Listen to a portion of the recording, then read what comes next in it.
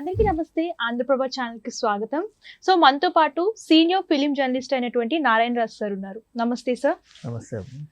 Sir, Vijayashanti అప్పటి lady super star. ఆమె నటించిన సినిమాలన్నీ కూడా మంచిగా సూపర్ హిట్ అయ్యాయి. సో మూవీస్ నుంచి ఆవిడ పొలిటికల్ గా వచ్చారు. సో అసలు సినిమాల నుంచి ఆవిడ పొలిటికల్ గా రావడానికి గల కారణం ఏంటి? ఎలా వచ్చారు? ఆవిడ స్టోరీ ఏమైనా వివరిస్తారా?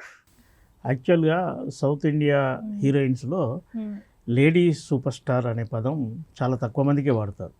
ఇప్పుడు నయనతార గురించి ప్రస్తావిస్తున్నారు, కానీ ఒకప్పుడు లేడీ సూపర్ స్టార్ అంటే విజయశాంతి. మరి ఆమె హీరోయిన్ అయినప్పటికీ సూపర్ స్టార్ అన్న పదం ఎందుకు వాడుతున్నారంటే, ఒకవైపు బాలకృష్ణ, నాగార్జున, వెంకటేష్, చిరంజీవి పక్కన యాక్ట్ చేస్తూనే ఆమె సోలో అంటే ఫిమేల్ ఓరియంటేషన్ సినిమాలు చాలా చేసింది. ఆ సినిమాలు బాక్స్ ఆఫీస్ దగ్గర అద్భుతంగా సక్సెస్ అయ్యి, ప్రతిఘటన కావచ్చు, అరుణ కిరణం కావచ్చు, ఇలా చెప్పుకుంటూ పోతే చాలా ఉంటాయి. ముఖ్యంగా కర్తవ్యం అనే సినిమా అందులో పోలీసు అధికారిగా చేసింది. తొలి ఐపీఎస్ అధికారి కిరణ్ బేడి స్ఫూర్తితో ఆ పాత్ర డిజైన్ చేశారు. ఆ సినిమా కమర్షియల్గా చాలా పెద్ద హిట్ అయింది. అంటే ఒక బహుశా మనం మాస్ హీరోలు అని చెప్తుంటాం తెలుగులో, చిరంజీవి, బాలకృష్ణ, వెంకటేష్, వాళ్ళ సినిమాలు హిట్ అయితే ఎంత కలెక్ట్ చేస్తాయో విజయశాంతి సినిమా కూడా అంతే కలెక్ట్ చేసింది. దాంతోనే ఆమె ఇమేజ్, మాస్ ఇమేజ్ అమాంతం పెరిగిపోయింది. పెరిగిపోయినాక ఆ తర్వాత చేసిన సినిమాలు మగరాయుడు కావచ్చు, లేడీ బాసు, ఇందిరమ్మ, ఇలా చిత్రాలు. వీటిలో పచ్చంగా చెప్పుకోవాల్సింది ఒసే రాములమ్మ, అప్పుడు హయ్యెస్ట్ గ్రాసర్. ఇన్ని ఆమె అకౌంట్లో ఉన్నాయి. ఇంత రికార్డు మనకు ఇండియా మొత్తంలో ఏ హీరోయిన్కి లేదు. పైగా విజయశాంతి ఇటు తెలుగు అటు తమిళ్ నటి. ఇదే కర్తవ్యం సినిమాను ఆమె హిందీలో కూడా చేసింది. ఆ సినిమాలో పెర్ఫార్మెన్స్కు ఆమెకు నేషనల్ అవార్డు కూడా వచ్చింది. ఇక రాష్ట్ర స్థాయిలో నంది అవార్డులు అనేకం ఉన్నాయి. కొంత కెరీర్ వేగంగా కొనసాగుతున్న సందర్భంలో ఏ ఆర్టిస్ట్ అయినా కొంత టర్న్ తీసుకోవాల్సి వస్తుంది. క్యారెక్టర్ పాత్రలు వేయాలా, లేదంటే మరో నిర్ణయం తీసుకోవాలి, ప్రొడక్షన్ వైపు వెళ్ళాలి, లేదా డైరెక్షన్ వైపు వెళ్ళాలి. ఈ సందర్భంలో ఆమె పొలిటికల్ టర్న్ తీసుకుందని మనకు అనిపిస్తుంది. ఆమెకు మూలాలు తెలంగాణలో ఉన్నాయి. అంటే మన వరంగల్కు బార్డర్లో ఉన్న రామన్నగూడెం అనే ప్రాంతాల్లో విజయశాంతి కుటుంబానికి అక్కడ మూలాలు ఉన్నాయి. కాబట్టి తను తెలంగాణ బిడ్డగా చెప్పుకుంటూ రాజకీయ అరంగేట్రం చేసింది. ఇంకో రికార్డ్ ఏంటంటే, ఇప్పుడు చాలామంది హీరోయిన్లు జాతీయ స్థాయిలో బీజేపీలో కావచ్చు, కాంగ్రెస్లో కావచ్చు, బీఆర్ఎస్లో కావచ్చు, డిఎంకేలో కావచ్చు, అనేక పార్టీల్లో ఉన్నారు. కానీ ఏ హీరోయిన్ కూడా సొంతంగా పార్టీ పెట్టి రాజకీయాల్లోకి రాలేదు. ఆ క్రెడిట్ కూడా విజయశాంతికే దక్కుతుంది. తల్లి తెలంగాణ అన్న పేరుతో తెలంగాణ, ప్రత్యేక తెలంగాణ కావాలి అనే నినాదంతో ఆమె ప్రజల్లోకి వచ్చింది. వరంగల్, కరీంనగర్, నిజామాబాద్, ఆదిలాబాదు, ఇలా అన్ని జిల్లాలు సుడిగాలి పర్యటన చేసింది. ఆమె జనాలకు, అంటే ఆమెకున్న క్రేజ్ దృష్ట్యా ఆమె సభలకు చాలామంది ప్రజలు హాజరయ్యేవాళ్ళు. ఆమె వాదనలో నిజం ఉందని ప్రజలు కూడా నమ్మారు. ఆ తర్వాత మరోవైపు కేసీఆర్ తెలంగాణ ఉద్యమం నడుపుతున్నాడు, టీఆర్ఎస్ ద్వారా. ఒకే పోరాటానికి ఇద్దరు వేరు వేరు మార్గాల్లో వెళ్ళడం కంటే ఒకే మార్గంలో వెళ్తే బాగుంటుందన్న ఉద్దేశంతో విజయశాంతి పార్టీని నాడు టీఆర్ఎస్లో విలీనం చేశారు. విలీనం చేశాక ఆమెకు కేసీఆర్ పక్కన కూర్చునే సీటు దక్కింది. ఇది ఆమె రాజకీయం. ఆ తర్వాత మెదక్ నుంచి పోటీ చేసింది, ఎంపీగా ఎంపికైంది, 5 ఏళ్ళు సర్వీస్ ఇచ్చింది. ఆ తర్వాత బీజేపీలో కూడా ఆమె ప్రవేశం జరిగింది. బీజేపీ నుంచి మళ్ళీ కాంగ్రెస్కి వచ్చింది. 2019లో స్టార్ కంపెయినర్గా రాష్ట్రం అంతా తిరిగి విజయశాంతి ప్రచారం చేసింది. అయితే ఆ ఎన్నికల్లో కాంగ్రెస్ పార్టీ మెజార్టీ స్థానాలు దక్కించుకుంది, కానీ అధికారం దక్కించుకోలేదు. ఆ తర్వాత ఈ కాంగ్రెస్ పార్టీలో ఎలా ఉంటుందంటే, ప్రతి ఒక్కరూ తమను గౌరవించాలని కోరుకుంటారు. అయితే అందరికీ సాధ్యం కాదు. సమీకరణలు మారుతుంటాయి. ఉదాహరణకు వైఎస్ వచ్చినప్పుడు కొందరికి ఇంపార్టెన్స్ ఉంటుంది, కిరణ్ కుమార్ రెడ్డి వచ్చినప్పుడు మరికొందరికి ఉంటుంది.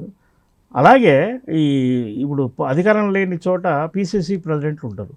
వాళ్ళ అవసరాల నేపథ్యం, వాళ్ళ సమీకరణలు వేరుంటాయి. అలా విజయశాంతి కొంతకాలం సైలెంట్గా ఉండాల్సి వస్తుందని ఈ రాజకీయంగా ఉన్న వాళ్ళు చెప్తున్న మాట.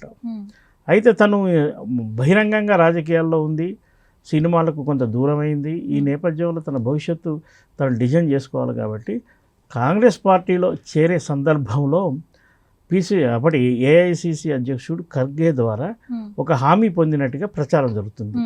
ఆ హామీ ఏంటంటే భవిష్యత్తులో తెలంగాణలో జరిగే చట్టసభలకు జరిగే ఎన్నికల్లో తనకు అవకాశం ఇవ్వాలని. ఆ అవకాశం మేరకు ఈ రోజున జరిగిన ఎమ్మెల్సీ ఎన్నికల్లో ఆమెకు టికెట్ ఇచ్చారు. విజయశాంతి ఒక్కసారి తెర మీదకి వచ్చిందా అని అంటున్నారు. తెర మీద అంటే మీడియాలో కనపడడం కాదు కదా. అంటే ఇప్పటి వరకు ఎటువంటి ప్రస్తావన లేకుండా సడన్ గా ఇలా ఎమ్మెల్సీ సీట్ రావడానికి గల కారణం ఏంటి సార్? కాంగ్రెస్ పార్టీలో అనేక అద్భుతాలు జరుగుతుంటాయి. ఒక కాంగ్రెస్ పార్టీకే సొంతం. దానికి ఇప్పుడు కాంగ్రెస్ పార్టీలో సామాజిక న్యాయం అనే ఒక బేస్ ఉంటుంది.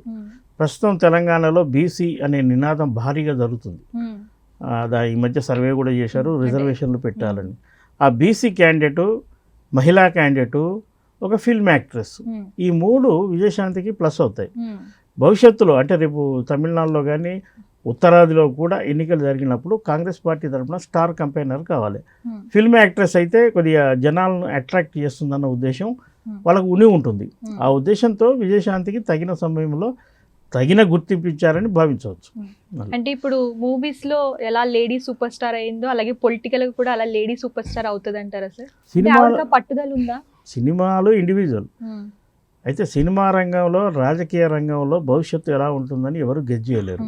నిరంతరం ప్రయత్నం చేస్తూనే ఉండాలి. రాజకీయాలు రేపు సమీకరణలు మారితే విజయశాంతి స్థానం ఎలా ఉంటుంది, ఎక్కడి వరకు వెళ్తుందని మనం ఇప్పుడే చెప్పలేము. ఇప్పటికే సోషల్ మీడియాలో ఆమెను హోమ్ మినిస్టర్గా తీసుకుంటారు మంత్రివర్గంలోకి అని ఒక ప్రచారం కూడా జరుగుతుంది. ఎందుకంటే ఆంధ్రప్రదేశ్లో హోమ్ మినిస్టర్ ఒక లేడీకే ఇచ్చారు, అనిత గారని. గతంలో తొలిసారి మన ఉమ్మడి ఆంధ్రప్రదేశ్లో సబితా ఇంద్రారెడ్డి హోంమంత్రిగా చేశారు. కాబట్టి ఇదేం కొత్త కాదు. ప్రజెంట్ గవర్నమెంట్లో విజయశాంతికి ఇంకా తగిన గుర్తింపు ఇవ్వాలనుకుంటే హోంశాఖ లేదా మరో శాఖను ఆమెకు అప్పగిపిస్తే ఆమె సేవలు మరింత ఎక్కువ చేసేందుకు అవకాశం ఉంటుంది.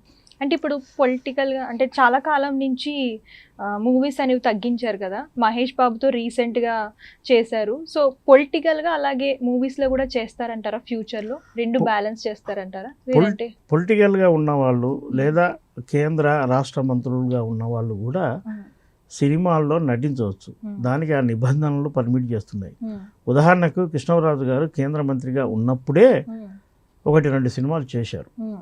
సాక్షాత్తు రామారావు గారు, ఎన్టీ రామారావు గారు కూడా సినిమాల్లో చేశారు. దానికి అభ్యంతరాలు ఉండకపోవచ్చు. అయితే ఇప్పుడు ఎమ్మెల్సీగా ఉంటే మాత్రం ఆమె సినిమాల్లో చేయడానికి ఎలాంటి ఆటంకాలు ఉండవు. కానీ మంత్రి అయితే మాత్రం కొన్ని నిబంధనలు అడ్డు వస్తాయేమో, దాన్ని అవి మనం నిశ్చితంగా ఇప్పుడే చెప్పలేము. ఆ నిబంధనల మేరకు ఆమెకు అవకాశం ఉంటే ఖచ్చితంగా యాక్ట్ చేస్తుంది. మరో సమస్య, విజయశాంతి ఏ సినిమా అంటే ఆ సినిమా చేయలేదు. ఆమెకున్న ఇమేజ్ ప్రకారం ఆమెకున్న గౌరవాన్ని ఇస్తూ పాత్ర క్రియేట్ చేయాలి. పైగా హైయెస్ట్ రెమ్యునేషన్ తీసుకునే క్యారెక్టర్ ఆర్టిస్ట్ ఆమె. ప్రొడ్యూసర్ భరించాలి కూడా. ఇవన్నీ సమీకరణలు అయితే సినిమాలో యాక్ట్ చేస్తుంది. ప్రస్తుతానికైతే ఆమె ప్రజా జీవితంలోకి మళ్ళీ వచ్చింది కాబట్టి సినిమాలు అవసరం లేకపోవచ్చు. థ్యాంక్ యూ సార్, మంచిగా చెప్పారు.